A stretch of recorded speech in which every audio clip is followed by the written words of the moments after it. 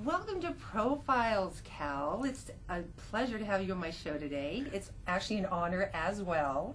I've been looking forward to speaking with you.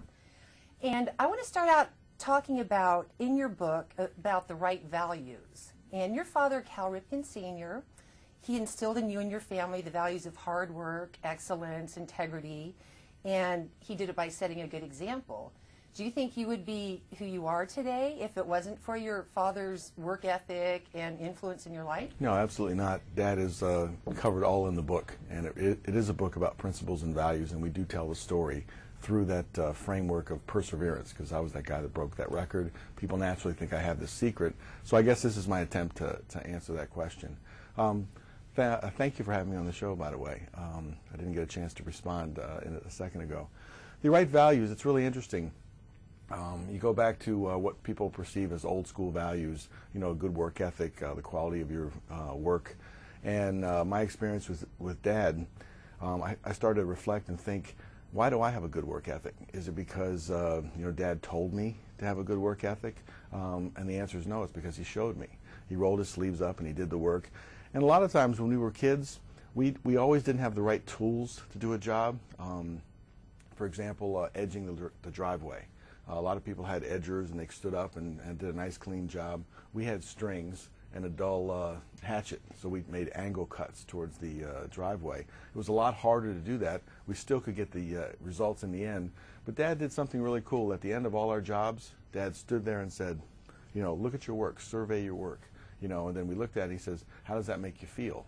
And it made you feel good. So that he drew the connection between your hard work and your excellence and how it made you feel inside. So he had a purpose behind making it maybe a little more challenging for you to do certain chores. I often wonder whether we would have had the abilities for the right tools, and Dad just was teaching us a lesson.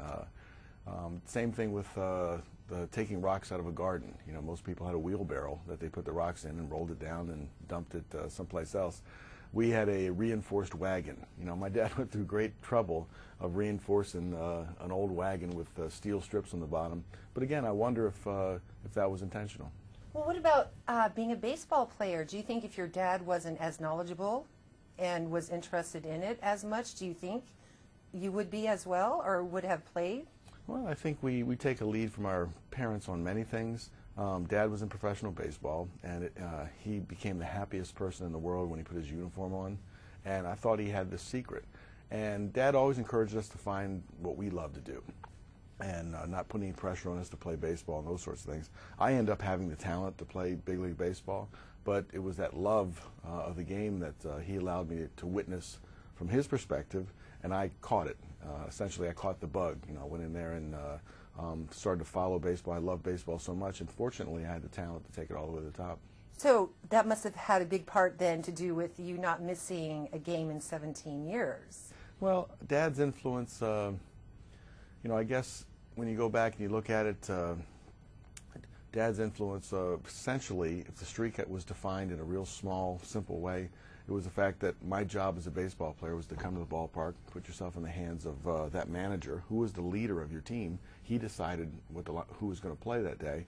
Put yourself in his hands, and if he chose you, then you played. That was my dad's advice to me. I didn't set out to break a record. I didn't set out to have a consecutive game streak. I set out to come to work every day and be available to the manager. And it was those managers that really created the streak. Yeah, that's what you wrote in your book. Playing in 2,632 consecutive ball games and breaking Lou Gehrig's record had nothing to do with extraordinary talent. I didn't have a bionic body or a burning desire for the spotlight.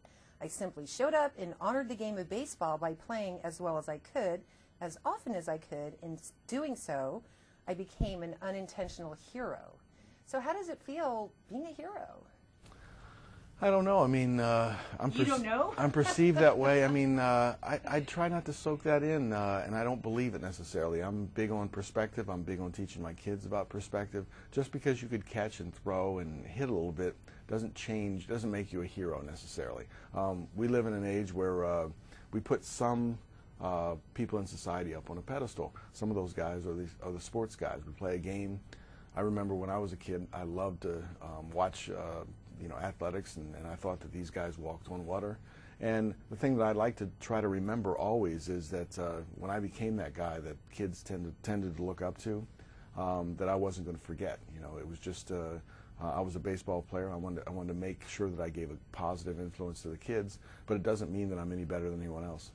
So did you ever imagine when you first started playing baseball that you would turn out to be revered and respected as much as you are? No, I mean, it's all an evolution. I think when your actions define who you are. And we all make mistakes in the beginning. We all have trouble controlling our emotions, and I get mad and all that sort of thing. But once you start to get to the big leagues and once you identify who you are as a player, I think your behaviors start to show who you are.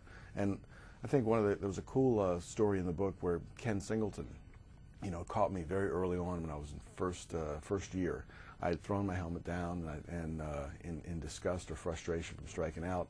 And he took me into the weight room or the video room, and he said, he goes, "I want you to see something." I thought he was going to give me some hits on tips on batting and show me, you know, my swing and break my swing down. But he went in there and showed me the highlight of me throwing my helmet down, and he says, "What do you think about that?" And I go, "It doesn't look too good, does it?" He goes, "No." He goes, "We don't do that here." And that was really an impactful moment to me, so I really started to watch my behaviors as others would see it, especially kids. Yeah, because you feel the responsibility more, and you know there are so many eyes on you at the time. Yeah, it's. I guess if you think about it, you are under scrutiny, but you are influencing people or kids all the time. That makes me wonder then, because you do seem so perfect in so many ways. Is there anything about yourself that you would like to change or you don't like? I'm sure there's always room for improvement. Or do you have any pet peeves? Does anything ever get on your nerves or bother you? Yeah, I got all kinds of pet peeves. I'm fascinated by people's behaviors and those sorts of things. We're traveling through airports quite a bit promoting the book. And